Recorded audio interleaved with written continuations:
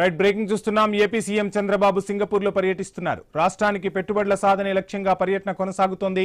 ఈ నెల 16 వరకు సింగపూర్ లోనే పర్యటించనున్నారు. సీఎంతో పాటు మంత్రి నారాయణ, ఇతర ఉన్నతాధికారులు ఉన్నారు.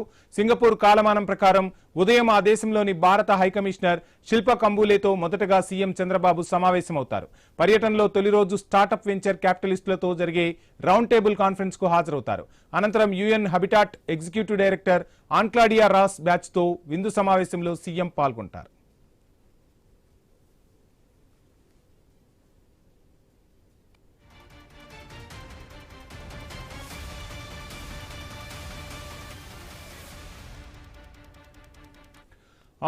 ఆంధ్రప్రదేశ్ సీఎం చంద్రబాబు సింగపూర్ లో పర్యటిస్తున్నారు. రాష్ట్రానికి పెట్టుబడుల సాధనే లక్ష్యంగా పర్యటన కొనసాగుతోంది.